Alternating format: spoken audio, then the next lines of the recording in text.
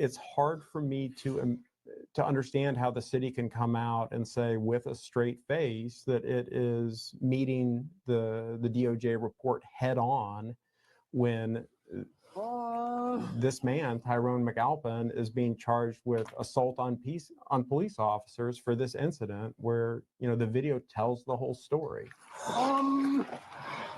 Hey, get up. Stand up. Oh. I mean, so still now a month later, he's still facing charges for this. That's correct. He's in cuffs.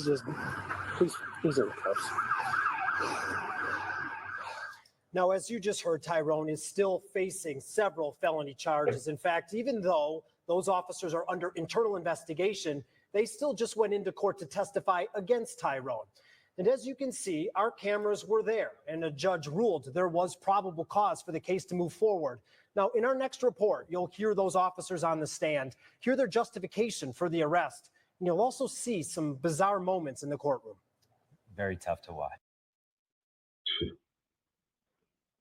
Believe it or not, folks, this case is still ongoing, and they are pressing forward with the charges.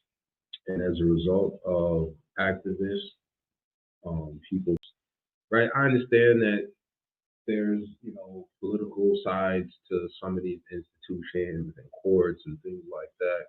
But for them to to make a finding of fact that a police department is engaging in racial bias means that there's an overwhelming amount of evidence. There's no, there was one or two incidences or something like that. No. So the reason why this reporter, and it does sound like he's playing up the race card a lot, right? It was a white guy who said it versus the white cop, and they went together to go get the black guy. But that is, in fact, what happened in this case. And I want to talk a little bit about the police feeling so charged, ready, and gung-ho off this white guy saying that he was assaulted.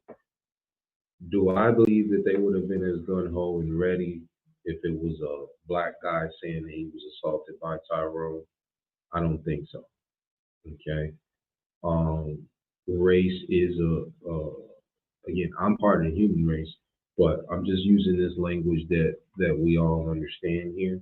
Let's say race or ethnicity is a part of this whole law enforcement dynamic here in these United States. And I'd be happy to discuss that fact with anyone who defers. It is. It always has been.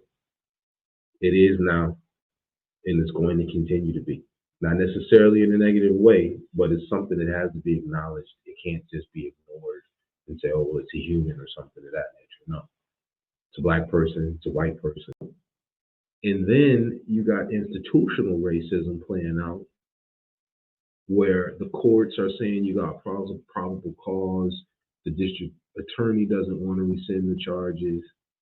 It just looks ridiculous. It's old Southern slave catcher mentality that's still throughout many of these institutions within the U.S. Right? Now, we the people are applying pressure on situations like this, and it is our application of pressure that is moving the bar forward and helping to advance our agenda right now of keeping us whole, keeping us human, keeping us intact.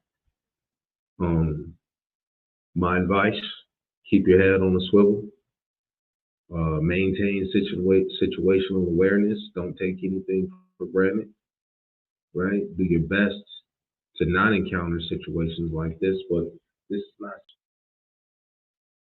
And you can do it. And blessings and success to you on your journey. And let's get it, folks. Remember, governments should not be afraid of their people. I'm sorry.